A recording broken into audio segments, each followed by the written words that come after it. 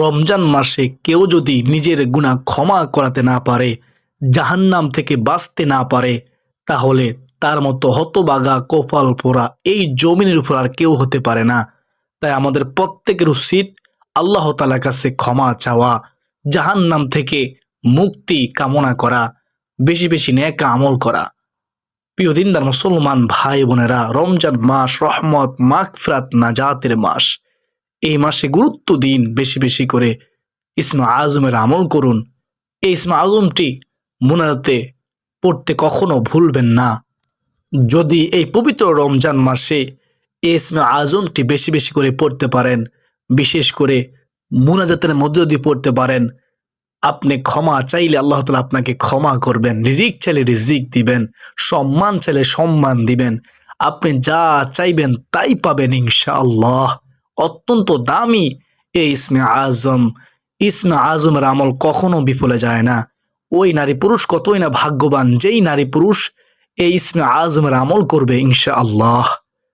তো আপনার ধৈর্য সহকারে আজকের এই গুরুত্বপূর্ণ আলোচনাটি শুরু থেকে শেষ পর্যন্ত শুনতে থাকুন। দর্শক, আজকের ভিডিওটি একজন মুসলমানের জন্য খুবই গুরুত্বপূর্ণ। আমি আজকের ভিডিওতে দুইটি পার্ট নিয়ে আলোচনা করব। প্রথম পার্টে আলোচনা করব ফরজ নামাজ না পড়ার 15টি শাস্তি সম্পর্কে, আর দ্বিতীয় পার্টে আলোচনা করব এই ইসমে আজম সম্পর্কে। আপনারা কিভাবে কতবার মুনাজাতের মধ্যে পড়বেন, এই রমজান মাসে কেন ইসমে আজমটি পড়বেন।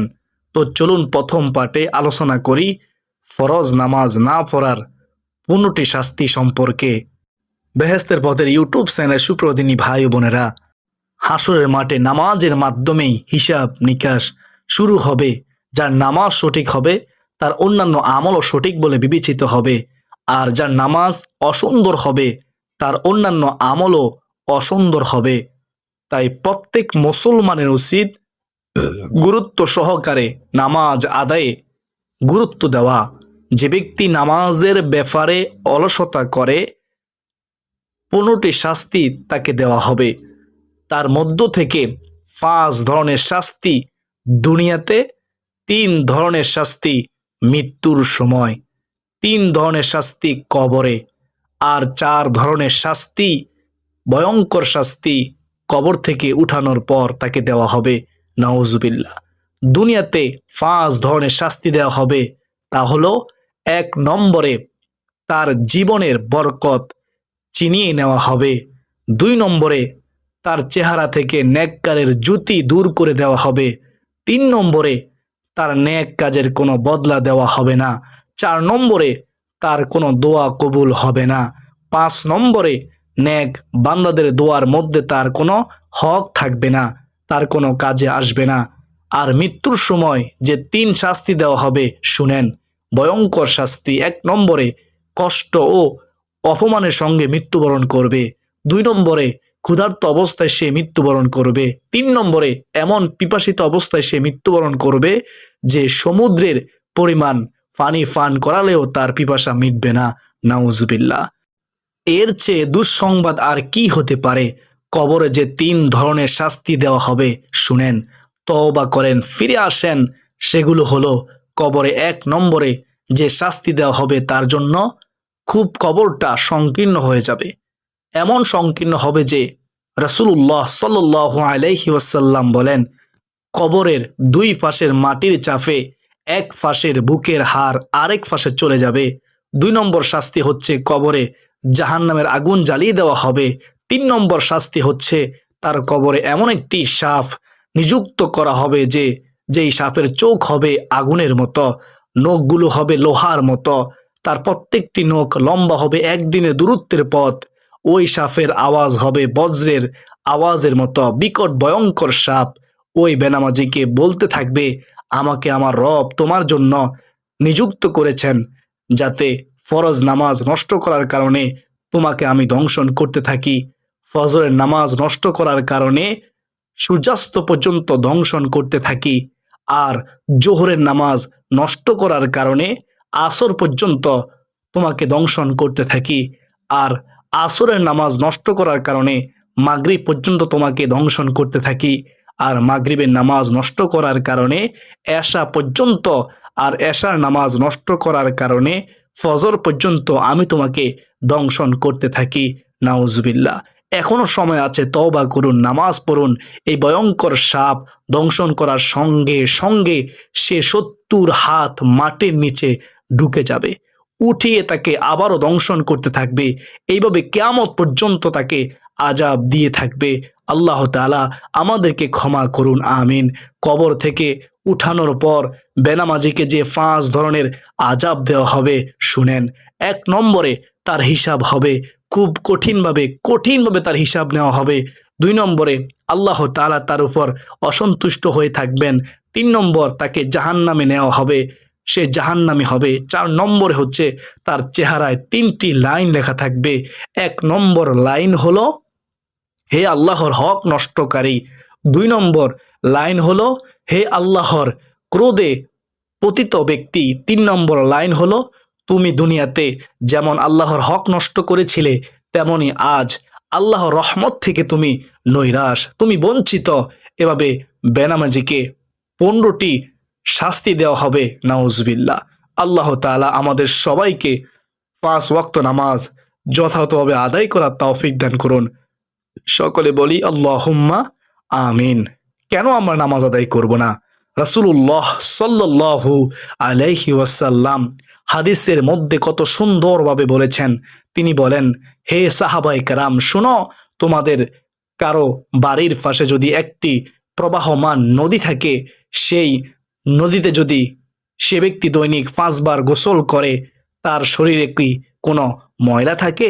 তখন সাহাবায়ে কেরাম বললেন, না, তার শরীরে কোনো ময়লা থাকে না।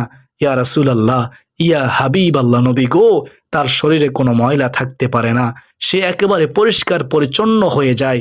সুবহানাল্লাহ। তখন নবী সাল্লাল্লাহু আলাইহি ওয়াসাল্লাম বলেন, হে সাহাবায়ে কেরাম, শুনো, কোনো ব্যক্তি যদি 5 বার অজু করে, সুন্দরভাবে অজু করে 5 ওয়াক্ত নামাজ সুন্দরভাবে আদায় করে, তার কোনো ময়লা থাকে না, গুনাহের ময়লা থাকতে পারে না।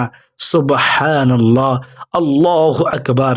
প্রিয় দর্শক, নামাজের এতটাই দাম, এতটাই গুরুত্ব, বেহেশতের পথের ইউটিউব চ্যানেলের সুপ্রদিনী ভাই ও বোনেরা, আল্লাহ তাআলা আমাদেরকে 5 ওয়াক্ত নামাজ জামাতের সাথে এবং মহিলাদেরকে ঘরের মধ্যে সুন্দরভাবে আদায় করার তৌফিক দান করুন। সকলে বলি আল্লাহুম্মা আমিন।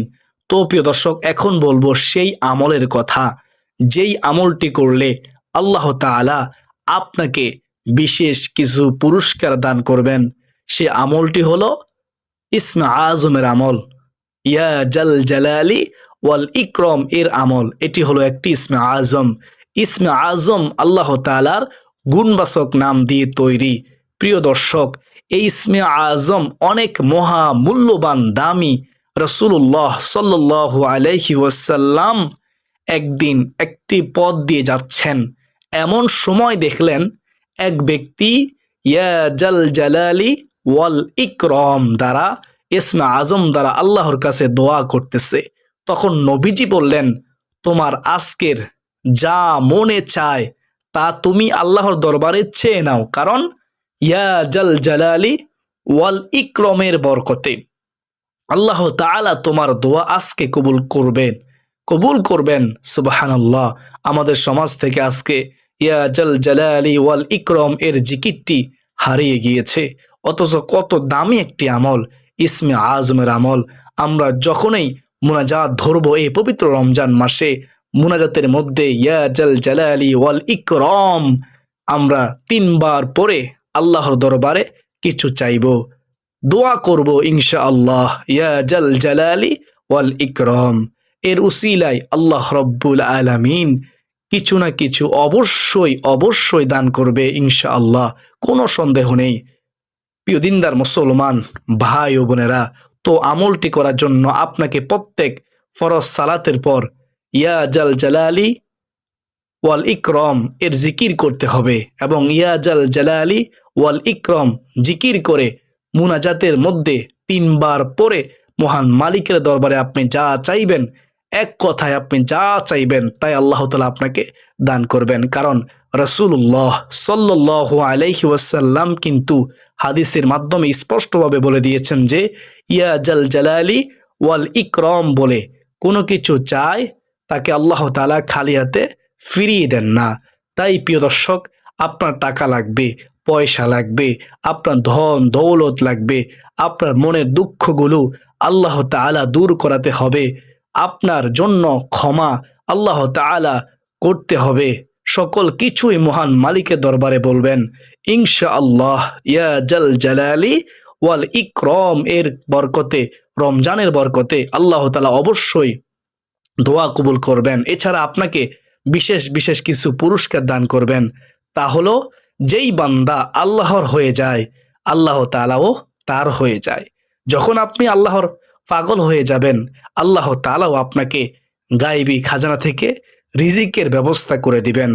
আপনার অন্তরের মধ্যে প্রশান্তি দান করবেন, প্রশান্তিময় জীবন দান করবেন, পরিবারের মধ্যে সংসারের মধ্যে সুখ শান্তি দান করবেন ইনশাআল্লাহ। প্রিয় দিনী ভাই ও বোনেরা, এবং সমস্ত আমল করার জন্য আপনাকে আল্লাহ তাআলা তৌফিক দিবেন। আল্লাহ তাআলা বলেন, চেষ্টা করা বান্দার দায়িত্ব আর পূরণ করার মালিক আমি নিজে, আমি আল্লাহ। অতএব প্রিয় দর্শক, আমাদের কাজ হচ্ছে চেষ্টা করা। আমরা সব সময় মহান মালিকের দরবারে বলবো, হে মালিক, তুমি আমাদের দ্বারা এমন কিছু আমল করাও যে আমলগুলো করলে তুমি খুশি হও এবং তোমার নবী মুহাম্মদ সাল্লাল্লাহু আলাইহি ওয়াসাল্লাম তিনিও খুশি হয়, সে আমলগুলো করার তৌফিক দান করুন। অবশ্যই আল্লাহ তাআলা আপনাদের দ্বারা, আমার দ্বারা ভালো কিছু করার তৌফিক দান করবেন ইনশাআল্লাহ। প্রিয় দর্শক, এই ইয়া জাল জালালি ওয়াল ইকরাম হচ্ছে অত্যন্ত সুন্দর একটি আমল, ইসমে আজমের আমল, যেটা রাসূলুল্লাহ সাল্লাল্লাহু আলাইহি ওয়াসাল্লাম নিজেও করতেন। আল্লাহ তাআলা মহান রব্বুল আলামিন আমাদের সকলকে এই আমলটি করার তৌফিক দান করুন। আমরা মুনাজাতের মধ্যে 3 বার পড়ব, মুনাজাতের পূর্ব আমরা 3 বার পড়ব ইনশাআল্লাহ। তো আমরা শেষে একটু দোয়া করে নেই। আমরা 3 বার ইয়া জাল জালালি ওয়াল ইকরাম পাঠ করি, তারপর একবার দুরূদ শরীফ পড়ি, তারপর দোয়া করব সংক্ষেপে। এই রমজান মাস দামি মাস, আমার সাথে সবাই মুনাজাতে অংশগ্রহণ করবেন ইনশাআল্লাহ। ইয়া জাল জালালি ওয়াল ইকরাম, ইয়া জাল জালালি ওয়াল ইকরাম, ইয়া জাল জালালি ওয়াল ইকরাম। এবার একবার দুরূদ শরীফ পড়ুন, অবশ্যই দোয়া কবুল হবে। পড়ুন আমার সাথে দুরূদ শরীফ। আল্লাহুম্মা সাল্লি আলা মুহাম্মাদি ওয়া আলা আলি মুহাম্মাদ কামা সাল্লাইতা আলা ইব্রাহিমা ওয়া আলা আলি ইব্রাহিম ইন্নাকা হামিদুম মাজিদ। আল্লাহুম্মা বারিক আলা মুহাম্মাদি ওয়া আলা আলি মুহাম্মাদ কামা বারাকতা আলা ইব্রাহিমা ওয়া আলা আলি ইব্রাহিম ইন্নাকা হামিদুম মাজিদ। তো এখন আমরা দোয়া করব সংক্ষেপে। আমার সাথে আপনারা বলবেন অথবা আমিন বলবেন। ইয়া রাব্বাল আলামিন, আমরা ইসমে আজম পড়েছি, ইসমে আজম পড়ে তোমার কাছে দোয়া করতেছি। তোমার বন্ধু বলেছে ইসমে আজম পড়ে দোয়া করলে তুমি দোয়া কবুল করো, যা চাইবা তাই দান করবা। তোমার বন্ধু বলেছে, তোমার বন্ধুর কথা সত্য, আমরা বিশ্বাস করি।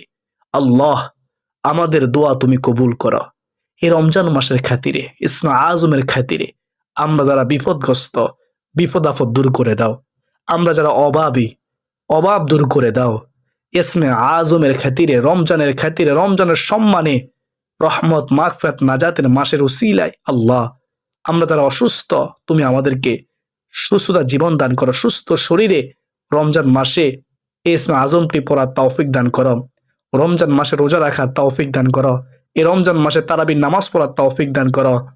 এই রমজান মাসে আল্লাহ গো আমাদেরকে বেশি বেশি নেক আমল করার তৌফিক দান করো। আল্লাহ, আমরা অনেকে জালেমের জুলুমের শিকার, আল্লাহ জালেমের জুলুম থেকে আমাদেরকে তুমি হেফাজত করো। আমাদের দেশের মধ্যে তোমার খাস রহমত বরকত নাজিল করো। যারা বিদেশে আছে আল্লাহ, যারা বিপদগ্রস্ত হতাশাগ্রস্ত, আল্লাহ যে যে বিপদে পড়ে আছে আল্লাহ, বিদেশের জমিনে তুমি ছাড়া আপন বলতে ওই বিদেশি বান্দাদের কেউ নেই। আল্লাহ, সকলে জামিনদার তুমি হয়ে যাও। সকলে বিপদ আফত বালা মুসিবত দূর করে দাও। সকল সমস্যার সমাধান করে দাও। আল্লাহ, মৃত্যু তো হবে, ঈমানের সাথে মৃত্যু নসিব করিও। রমজান মাসে যেভাবে কবর আজাব মাফ করে দিয়েছ আল্লাহ, রমজান মাসের সম্মানে কিয়ামত পর্যন্ত এভাবে কবর আজাব তুমি মাফ করে দাও। কবরগুলোকে জান্নাতের বাগান বানিয়ে দিও। আল্লাহ, আমাদের মা বাবাকে তুমি ক্ষমা করে দাও। আল্লাহ গো, আমরা তো পাপী, তুমি তো রহমান, তুমি তো রহিম। ভয় লাগে রমজান মাসে যদি আমরা আমাদের গুনাহ ক্ষমা করতে না পারি গো মালিক, আমরা তো অভিশপ্ত হয়ে যাব। আমাদের মতো হতভাগা এই জমিনের উপর আর কেউ হতে পারে না গো আল্লাহ। তুমি আমাদেরকে ক্ষমা করে দাও, তুমি আমাদেরকে মাফ করে দাও। তুমি তো ক্ষমা করতে ভালোবাসো, তুমি তো গফফার, ক্ষমাশীল। আল্লাহ, তুমি আমাদের ক্ষমা করে দাও। আল্লাহ, আখেরি পরে মৃত্যু তো হবে, মৃত্যু ইমানের সাথে কবুল করিও। বেঈমান বানায়া, কাফির বানায়া, মুশরিক বানায়া, নবীজি দুশ্মন বানায়া, জালিম বানায়া আমাদের মৃত্যু দিও না। ওগো মালিক, মৃত্যুর সময় আমাদের জবানে জারি করে দিও মধুর কালিমা, লা ইলাহা ইল্লাল্লাহু মুহাম্মাদুর রাসূলুল্লাহ সাল্লাল্লাহু আলাইহি ওয়াসাল্লাম। বেহেশতের পথের ইউটিউব চ্যানেলের সুপ্রদিনী ভাই বোনেরা যারা ভিডিওটি শেষ পর্যন্ত দেখেছেন, সকলে শুকরিয়া জ্ঞাপন করুন, সকলে বলুন আলহামদুলিল্লাহ। তো ভিডিওটি শেয়ার করে দিবেন। অসংখ্য মানুষ রমজান মাসে নামাজ পড়বে, রমজান মাসে মুনাজাতের মধ্যে ইসমে আজমটি পড়ে দোয়া করবে, ইসমে আজমটি সম্পর্কে বুঝবে, গুরুত্ব দিবে। ইসমে আজমটি রমজান মাসে পড়া থেকে কেউ বিরত থাকবে না ইনশাআল্লাহ। তো শেয়ার করে দিবেন। তো আসুন এ পর্যন্ত, সকলে সুস্বাস্থ্য কামনা করে বিদায় নিচ্ছি। ওয়া মা আলাইনা ইল্লাল বালাগ। আসসালামু আলাইকুম ওয়া রাহমাতুল্লাহি ওয়া বারাকাতুহু।